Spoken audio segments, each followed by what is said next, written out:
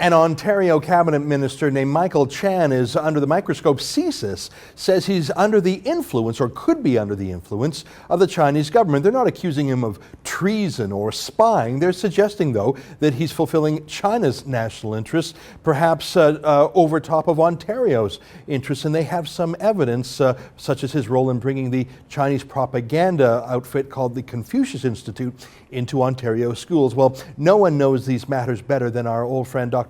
Charles Burton, who is not only an expert in Chinese, fluent in the Chinese language, and a regular visitor to that country, but someone with a diplomatic record from Canada to China as well. He joined us via Skype from Brock University. Professor, it's so good to see you again.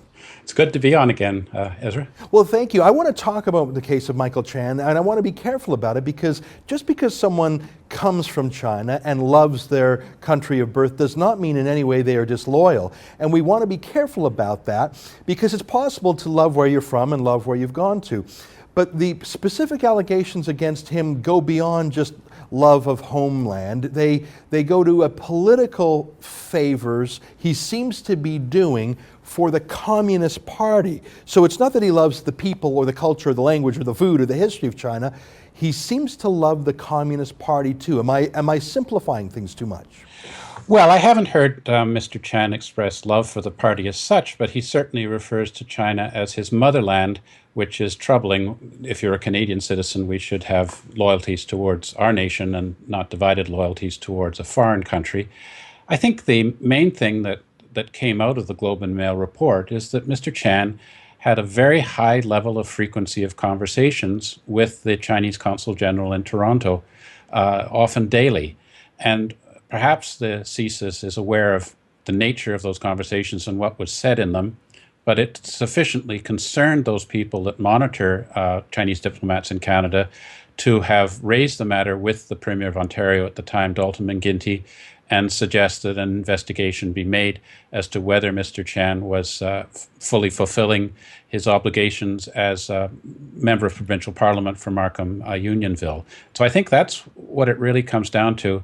And apparently Mr. Chan has often visited the Chinese Consul General, which is an unusual thing for a cabinet minister. You would expect that perhaps the diplomats would come to him in his office in the provincial parliament, and not that he would be going to the Chinese diplomatic offices, which are in fact, legally not part of Canadian soil. I think the other aspects of it are that it may be about ethnic loyalty, and Mr. Chan evidently, in an interview with the New China News Agency, said that he had returned to China over 70 times from the early 80s until the time of the interview in 2008. So he spent an awful lot of time in China.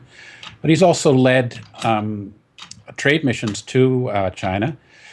And, Canadian, mostly of Chinese descent, who accompanied him on those trade missions would have benefited financially from the trade deals done with Chinese communist business networks. And they, in turn, have been helping Mr. Chan with donations to Mr. Chan and to persons of mainland Chinese origin who have been running as Liberal candidates in the Toronto area in the federal election. So you could see a connection of Chinese money ultimately ending up in the Canadian political process. So Isn't that interesting? So a Chinese company in mainland China does business with a Chinese Canadian in Canada, who then makes a donation to Mr. Chan. So it could actually, I don't have any accounting in front of me, but if there's money coming from mainland China to a Chinese Canadian businessman, and then that businessman makes a donation to Mr. Chan, you can see that there is a string that would cause, but the most interesting thing you said, not just the 70 visits, that's an amazing number, but that's a very important symbolic point about a cabinet minister going to report to or converse with the Chinese consulate instead of the other way around. Who is submissive to whom? Who is dominant over whom? Who has the power? The fact that he would go, as you correctly point out, on something that is technically diplomatically immune foreign soil, that's very symbolic, isn't it? Let me ask you another question, Professor. A provincial cabinet minister really doesn't have a lot of scope in foreign affairs. I mean, he may be the Minister of Immigration for Ontario and lead foreign trade missions, but both of those, under Section 92 of our Canadian Constitution, are the affairs of the federal government. So for a provincial politician to have direct diplomatic contact with a foreign nation is irregular. It would be as strange as if a mayor, and on a daily basis, I'm just repeating a lot of the things you're saying, Professor, with an exclamation point. I mean, daily meetings with a diplomat? I'm sure that no cabinet minister has daily meetings with the premier. It is quite something to look at. Yes, and I mean, it certainly wouldn't be reciprocal. I don't think that there are any Canadian consul generals in China who are having a high frequency of conversation with important political figures in that country. So, something about this does seem quite irregular. But as you say, we have no evidence that Mr. Chan has received any economic benefits or has been subject to any other form of manipulation by the Chinese state. It simply, from what we know, looks very unusual, and I think is a cause for concern.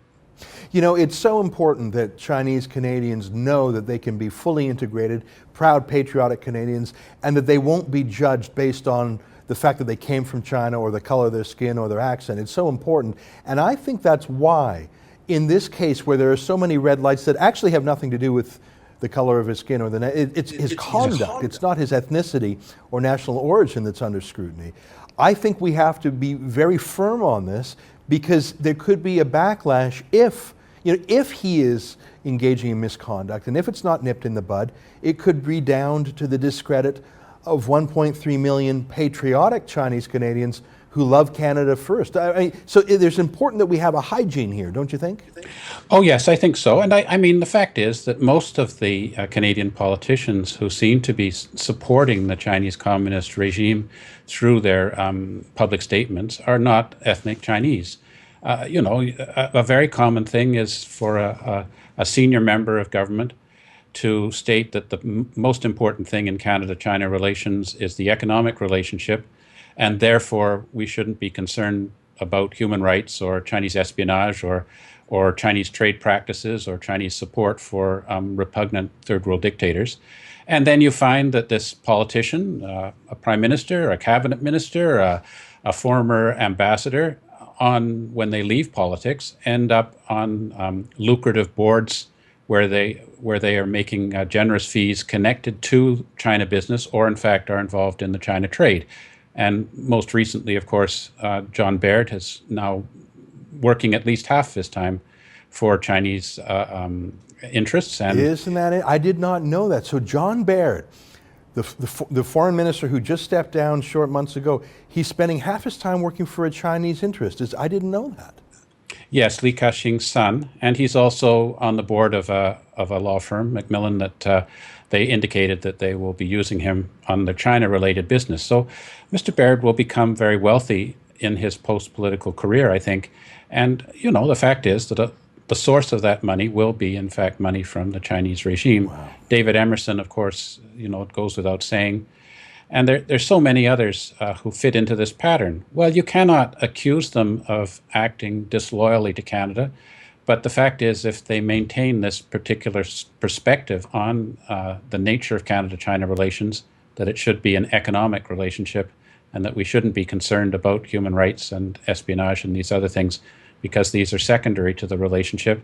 The fact is that on retirement, these politicians in public service seem to be rewarded royally, and the money seems to be largely origin China. So, it's not just about Mr. Chan. I think that the Chinese state has a very sophisticated strategy to realize their interests in our country, and unfortunately, there's a lot of Chinese money there, but perhaps not a lot of Canadian political will to see what's going on and to take the appropriate actions to prevent this from happening in a way which goes against Canadians' longer-term interests. Isn't that incredible? It reminds me of the Saudis, who, after every president in the United States retires, they endow their presidential library with millions of dollars. I guess the Chinese have learned from the Saudis how to provide a pension for Canadian diplomatic retirees. Professor, it's great to talk with you today. Very thoughtful comments about Mr. Chan, but also news to me about John Baird and others. I hope to keep in closer touch with you. That's Professor Charles Burton from Brock University for TheRebel.media. I'm Ezra Levant.